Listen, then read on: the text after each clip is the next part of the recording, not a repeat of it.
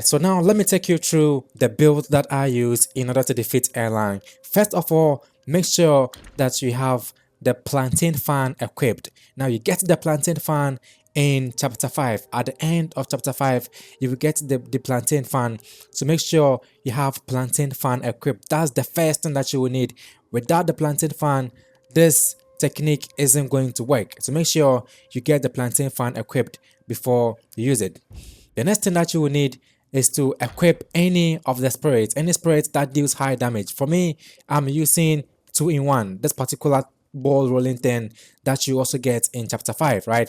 But you can use any other spirit that deals damage, that deals enough damage. Okay, now when you are done, let's go to the armor set. With the armor set, because I have finished playing the game, I have the full Wukong armor set, the gold armor set, but you can use any of the stuff that is high. For instance, you can use this one.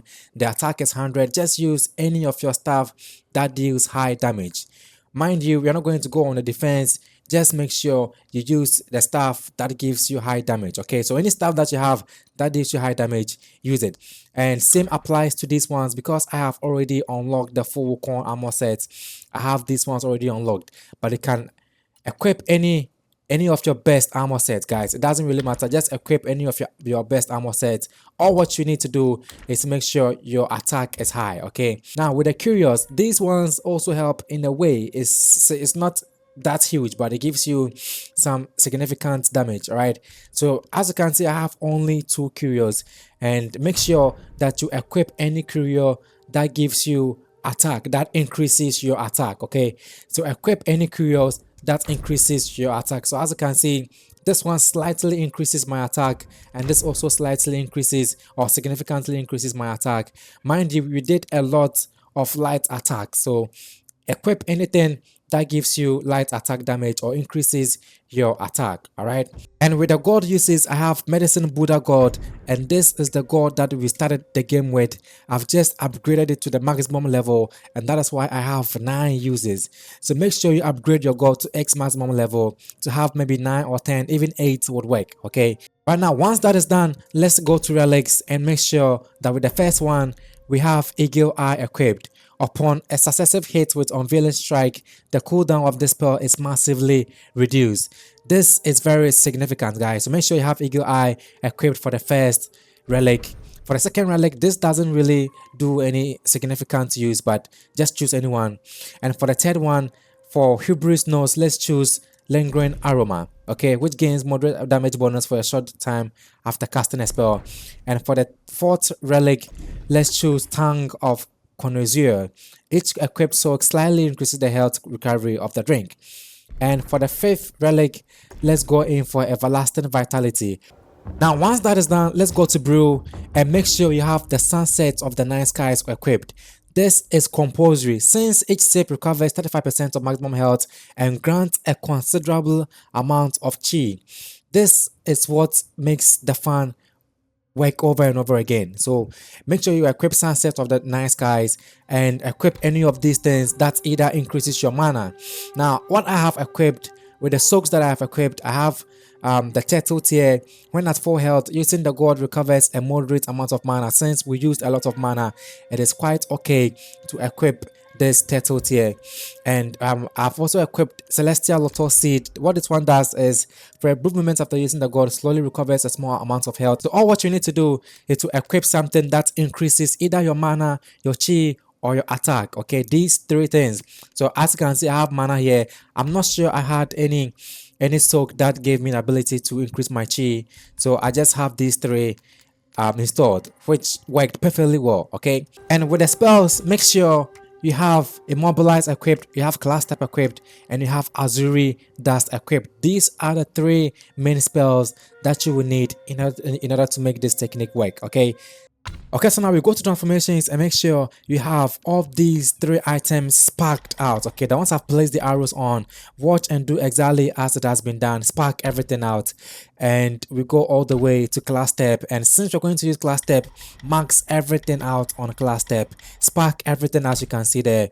And from there we go to the staff stances, and we're going to use Smash stance throughout, and I've placed some arrows there. Make sure you smash everything out on the arrows that you see, maximize everything out you see on the screen on the arrows. Okay, and we come to survival, and I've also placed some arrows there. Make sure you spark those ones with the arrows. These ones are compulsory, so just spark these ones out to the maximum level as you see on the screen.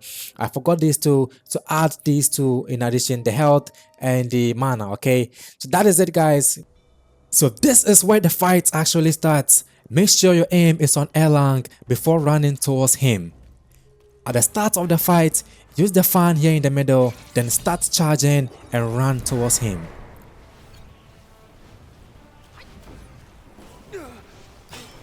Wait until the right time to attack when you see the shield just one hit away from breaking. Then you release your heavy attack, then do a full light attack combo right away. After the finisher, use class step right away, then start charging heavy attack.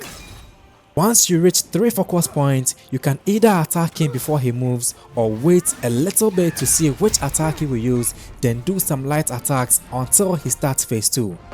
So during this phase 2 transition, stay near the wall to lure him here when he gets down, and just before the axe hits you, you transform into Azuri Dart transformation. Attack Erlang with a full out attack combo to damage his shield.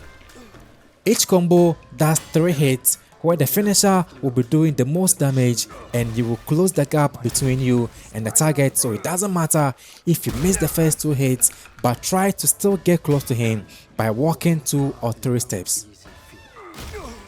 If he jumps back, just stay where you are and just do a combo. Like I said, the 3rd hit will close the gap and hit him.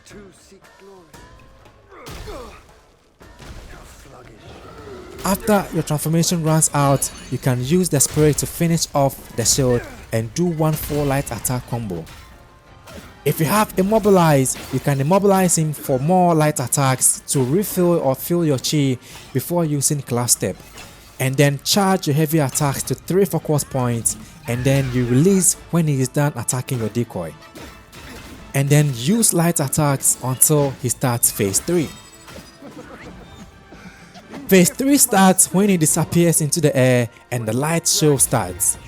Just stay near the wall to avoid most of them, as this will be a good time to heal, especially if you get hit by some of the lasers. Keep drinking your gourd in order to activate the fan and wait to use it on standby. Once he stops the light show, use class step and wait for him to charge at your decoy. That's the time to use the fan, then quickly do a normal unveiling strike attack to activate your eagle eye relic, since you won't have time to charge 3 focus points with class step at this time. But you can charge right after to do a regular level 3 heavy attack, then attack him with a full light attack combo. If you have Immobilize, you can use it to extend your attacks and use class step. He is going to do a red laser attack. Since I am in class step now, I am a bit safe, but my decoy will not stay long. Once he starts targeting you, keep drinking your gourd until your fan is ready for use, then use it right away. Do the same thing as you did in the beginning of the fight.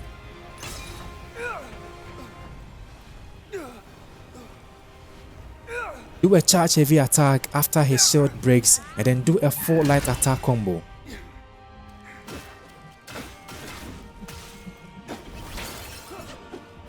After that, then you use class step for another heavy attack.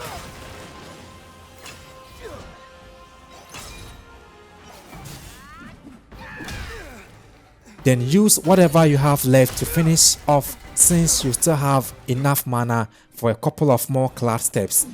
You can even bring your transformation or your spirit in order to finish him off totally.